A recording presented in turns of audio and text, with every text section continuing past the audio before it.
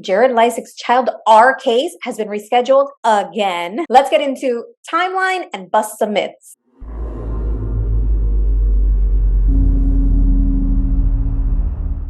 Hi everyone, Empowering True Crime Alex here, and today we're going to dive deeper into the Jared Leisek case. We're going to go through the timeline for this case, all the relevant data, the relevant details, the relevant time frame. And also, there are some questions and some things that have come up. I'm going to call them myths, and we're going to bust those myths about this case and about the situation and the details around this case. If you don't know me, my name is Alex, and by trade, I'm a communications consultant. I help people to find their voice, to share their message and their stories with the world. And I parlayed that into my passion for true crime because I really want to be a voice for the voiceless. I work with DV and SA cases. I also help people, the missing and those that don't have a voice for themselves, get their stories told, and ultimately justice for those who are no longer with us. So if that is your, cup of tea, you want that type of true crime with a more empowering and compassionate angle, then I'd appreciate if you subscribe to my channel. All right, so let's get right into some details on this case. Okay, so just a reminder that today was supposed to be the hearing for this case, the preliminary hearing. It's been rescheduled 2 weeks to the 19th. And this has kind of been the case with this case, that the dates kind of get pushed back. And I'm not necessarily saying that's not normal, because I know that there's a lot of attorneys involved. He happens to live in another state. I just feel like there is probably preferential treatment with him. We've already seen times, and I'm going to go through the timeline, where there have been accommodations made for him. And so I'm just hoping that that's not what happened here. But anyway, all right, let's get right into it. All right, so we're going to go through the timeline. And so the original incidents, this is going to be a timeline of events, so it's going to be in chronological order. The original incidents happened, Jared Leisek, who is the founder of AWP, Adventures with Purpose, which is an underwater dive and search team. They use sonar to locate cars and boats and items underwater that normally people wouldn't be able to see or find. They've located dozens of cars and been able to solve cold cases that way. And so his cousin alleges that in 1992, there were 2 incidents of R, that Jared R'd her. And one would have been on January 1st, 1992, and one was on October 1st, 1992. Now, because the dates are kind of a little odd, I think that might be kind of like an on or about type of a thing, because she was 9 or 10 at the time. Maybe she didn't remember the exact date. And so because Jared's birthday is in September, then he would have been 16 in the first event or 17 in the second event. And she would have been 9 in the first event or 10 in the second event. And so that's why that's the way that it's even said in the probable cause affidavit. So, all right. So hopefully that we're clear there. In February 2022, there was an email exchange between Jared and his cousin where she flat out says that, he R'd her, SA'd her, and he does not deny it. He even apologizes for the situation. Maybe he doesn't specify that he R'd her or that he SA'd her, but he doesn't deny it. And he blames the family history of abuse, Mormonism, and even says that he himself is a victim. And so the cousin started coming out on other channels. And apparently there was a Facebook group where she first came out, and then on Reddit. And so this started kind of trickling out. People started hearing about it. It didn't really catch steam until the end of the year. So in August, there was a really high-profile case for Kylie Rodney where missing 16-year-old girl, her car ended up in Prosser Creek Reservoir. This is by Truckee, California. And AWP went there and actually found her car and her. She was in the car. Now, this is really interesting because this case catapulted them into the mainstream media spotlight. Many people, like I had known of AWP before, but once they found Kylie Rodney, that was just like blew them up. And the thing is that Jared wasn't there. He was not present. It was another team led by Doug Bishop.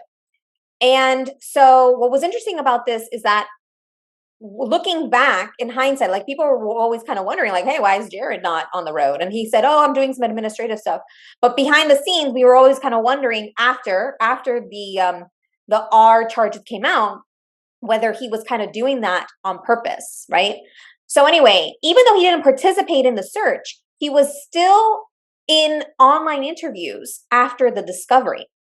And so he still kind of managed to put himself in the spotlight because he saw the media attention and he put himself in a lot of interviews about the discovery. Oh, and just one other thing to note here. There was a lot of controversy with AWP and how they handled the case. I'm happy that they found it. I think that it was a great thing, but there was some controversy they started bringing up the foul play. And so that brought up a lot of doubt in people's mind that it was an accident. And so because of that, a lot of people and the way that they handled the interviews. And so because of that, they did get a lot of there was a lot of backlash for them. Okay. So November 3rd. And so keep in mind, November 3rd is when there's an indictment and summons issued to Jared for 2 counts of child R in Sanpete County, Utah. Now, that's when basically the charges were pressed against him.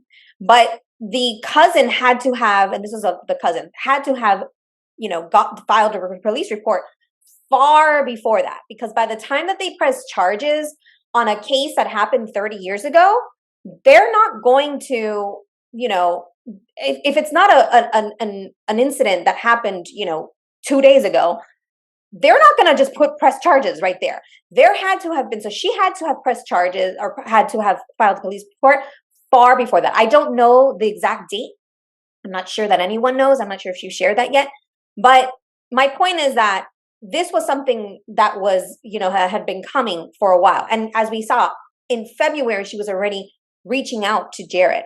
So I'm not sure again what the date is, but I think it's important to know because we're going to talk about some myths later on. And then, so on the next day, the next couple of days, the 4th and the 5th of November, the cousin who was dubbed Hero and Jared Leisek's sister, Jessica, were interviewed on several YouTube channels. And the cousin said that she became interested in pressing charges after seeing an online ad she just became interested in this topic in general after seeing an online ad about abuse related to the Mormon church. She repeatedly stated all she wants is justice and she isn't asking for money. Because one of the channels said, hey, how can we help you? Can we raise funds for you? And she's like, no, I just want justice. That's what she kept on saying. And from my perspective, I heard her interview and I thought that she was very composed. She sounded very stable, of course, due to the incidents, had some issue, frustration or whatever, but she didn't sound like an emotional wreck. Okay. So then what does Jessica do?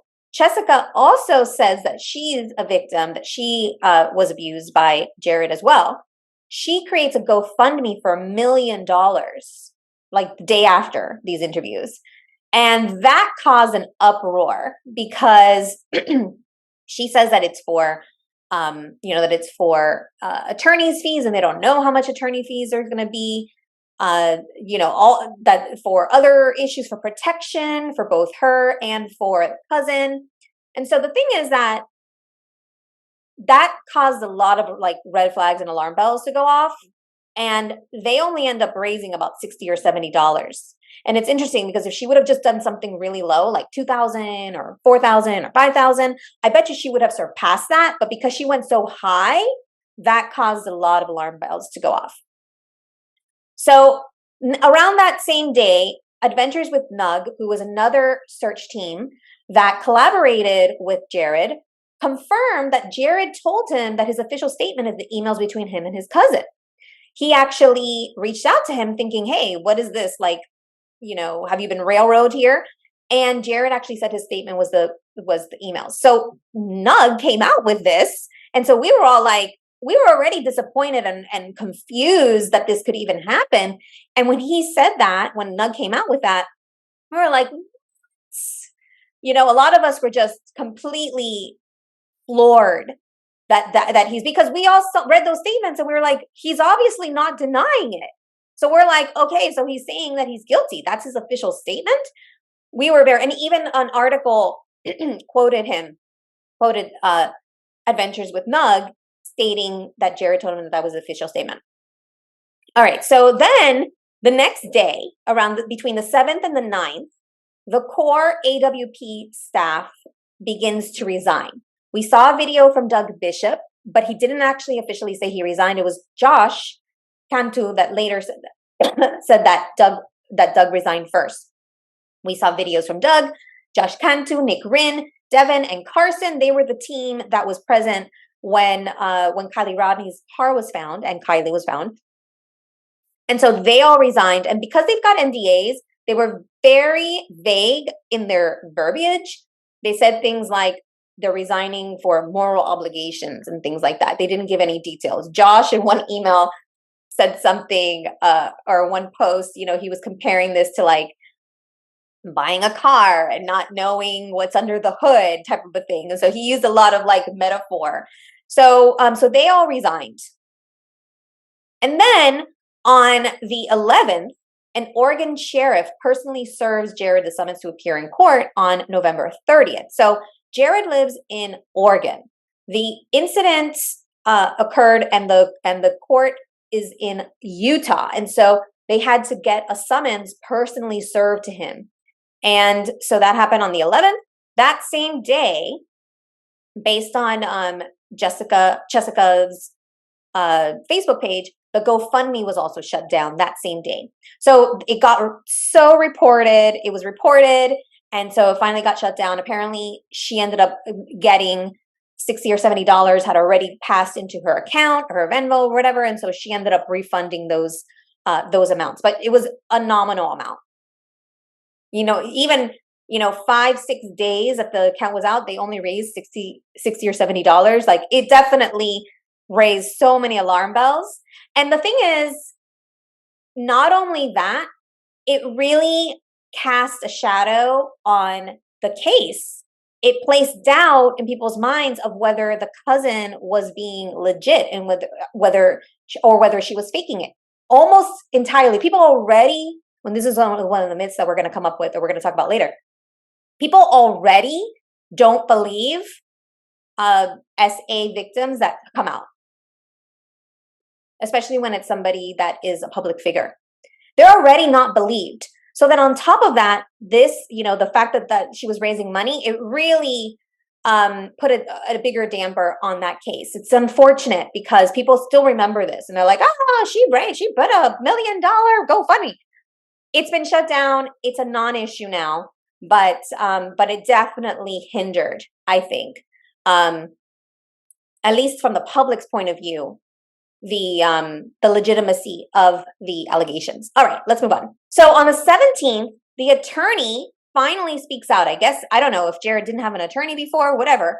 His attorney finally speaks out through the media and says that the allegations are false and that they have some evidence that the cousin is lying. This came out in a couple of articles. So the statement came out through a couple of media articles. So on the 30th, November 30th was his first court hearing. He actually appeared in court. It was open through a WebEx. I attended. Hundreds of other people attended. And what happened is that before his hearing was heard, the judge canceled the rest of the days of the court because during the first part of it, the first couple of hours, maybe the first hour or so, some people were caught live streaming. And it very specifically says when you go in to sign into the WebEx that there is absolutely no recording of the proceedings, of court proceedings. And it's even punishable by a fine or even jail time. And so I don't know how you didn't see that. It was very obvious. And even to this day, I still see people posting, they don't post a video, but they'll post audio. And I'm like, that's a recording of court proceedings. You can be fined or jailed for that. I mean, I don't understand what people are thinking. Like, they don't get it. It's so clear. So if you ever attend one of these proceedings in Utah, it is not legal to post any recordings. That's video, that's audio, that's photos. There was a photo distributed from that first court hearing. I never posted it because it very specifically says you cannot distribute any recording. Okay, sorry. Okay, I'm going off on a tangent, but some people, I just don't understand people. Okay, anyway. So the court was canceled, and and also some people were disrupting. Like, there was a live WebEx, they went on a short recess, and people were disrupting. They unmuted themselves and started like joking around. I'm like, this is court. You need to be serious. You wouldn't do that in person. So what makes you think? I mean, some real jokesters, but that not really. I mean, people that just have no common sense whatsoever. So court was canceled, and it was rescheduled for a couple weeks later. So here's what happens, and here's why this was significant. Because the very next day, Jared, through AWP, posted a statement of where the AWP donations are going. And it was almost like business as usual happened. His underwater searches started up again. He found a new team. And so that date was significant. If something had happened in that court date that was really serious in that hearing, I think he would have not done business as usual. But basically, because he was still kind of good in the eyes, because he hadn't actually appeared in court, he went business as usual. And so that was a significant turning point by them not having that court hearing. And I do have a video where I went through all the statement and where the AWP donations are going. I'm going to post a link in the comment. And by the way, just as an aside, I came up with this timeline by looking at my own playlist of the content for this case. And it is even though a lot of them are short, so you can go through it pretty quickly and get a lot of the information in the shorts. I have a very significant playlist. I might have one of the most intensive playlists on this case out of I don't know if anybody else does, but mine is pretty extensive. So if you want to get up to speed, you can look at my playlist. I'm giving you the rundown right now. This is the Cliff Notes version with the timeline, but you can go back and look at any of the videos on there. I think I've got maybe 40 or 50 videos in there. Okay, so the court hearing was rescheduled to the 12th of December. And what's interesting is that a protective order was in place to protect the cousin. So Jared was not able to be in contact with the cousin in any way. They made fingerprinting accommodations. So at this point, he's been charged, but he hasn't been fingerprinted or booked, okay? So even in the hearing, he hadn't been fingerprinted or booked. They made accommodations because he's in a different state, and a new court hearing was set for the 23rd, which was going to be a closed hearing. So this was we were already kind of being a little bit annoyed here because the last hearing had been rescheduled, and he's been giving fingerprinting accommodations. And so we're like, okay, is there, is the victim being thought of here, right? Okay, so on the next court hearing, so actually this court hearing ended up being rescheduled again to January. So that court hearing on the 23rd didn't end up happening. But he was finally booked, not by the end of the month, but he was finally booked on the 5th of January. He was booked into jail and fingerprinted, and then of course he bailed out. He was released. But he finally got booked into jail. Then on the 10th of January, one count of child R was removed. And I'm not sure the reasoning for this, but it was the alleged incident that would have been on October 1st. So I think that this is good for Jared because at least he was younger. So the other incident, he would have been 16, not 17. So I think that's in Jared's favor.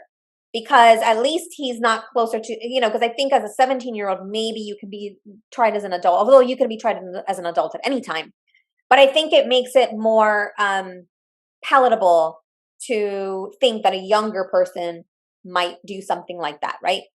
And then the court hearing that was scheduled on the 23rd was rescheduled to January 20th. And so they scheduled a new hearing date to hear oral arguments to dismiss the case. And that hearing was set for March 8th, which is International Women's Day. So the attorney basically wanted to get the case dismissed, thrown out. I don't blame him, right?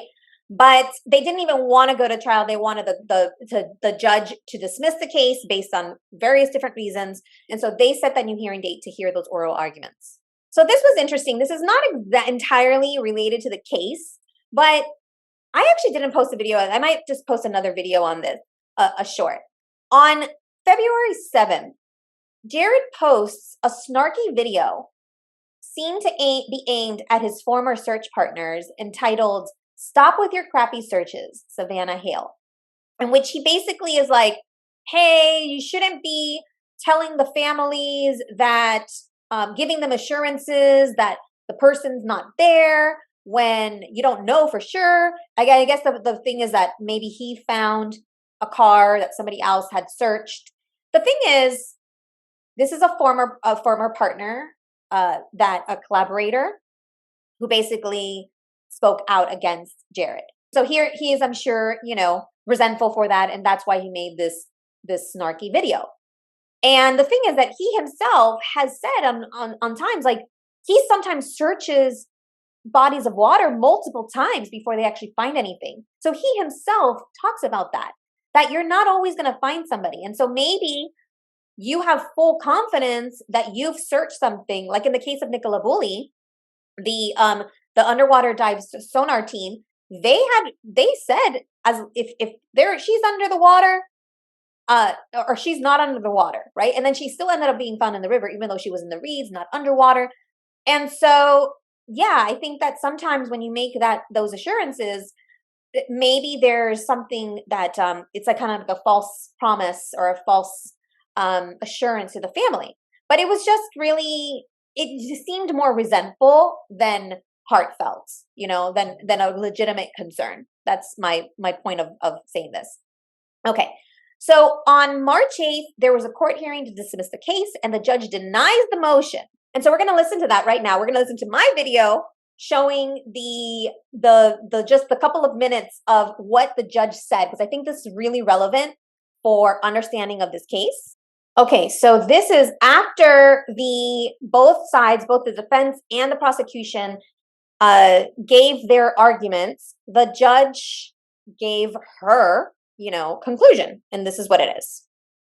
So the Judge Larson, listened to both sides, and this was her judgment. This was the conclusion.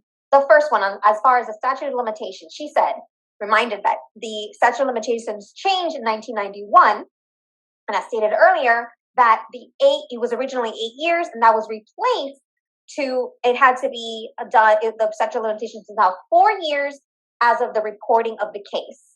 Because this was reported in 2022, and by the way, these types of cases like child are, okay? So because this was reported in 2022, it has not run in this case. And so she denied the ex post facto law. So that whole statute of limitations that is out. So that's been denied. So she brought up the discussion about the evidence and how the importance of the evidence, and she said some of the case law that was brought up, she said wasn't relevant. She said the joyriding event that happened allegedly in 1989 isn't relevant because this happened in 1992. So this was years after that joyriding, at least as far as what was stated, the incident that occurred was in 1992. And then she also said on the issue of consent that this was a 10-year-old. And so a 10-year-old cannot consent. And so she denied the motion to dismiss the case. And so that was done. So no, the case will continue. And they said a preliminary hearing had been scheduled for April 5th. It will be held in person at 3 p.m. Utah time. And there will be no WebEx because it will be in person. So we won't be able to participate. And, and that'll give sufficient time for everyone to make proper arrangements to travel there because it will be in person. And one last thing that she mentioned, she actually said, the judge actually brought up that, and I have to confirm this, but this is what I heard, that that sentencing would be as a minor because he was a minor, that the sentencing would be as a minor. And I guess that's the state law there, that he can't be tried as an adult. So he would be a minor. And so any sentencing would be as a minor.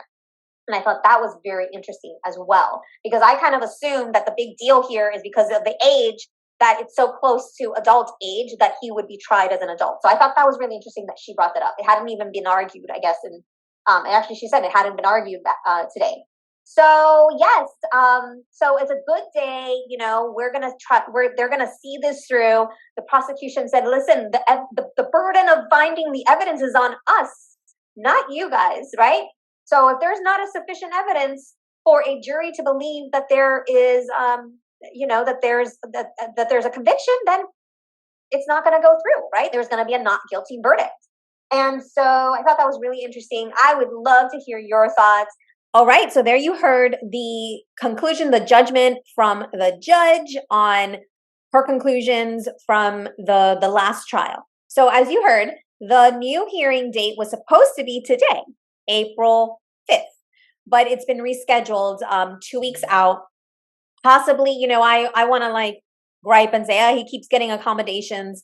I'm sure it has something to do with the fact that it's an in-person and they have to travel, or at least Jared has to travel from Oregon, and maybe there were some travel restrictions or some travel issues or whatever.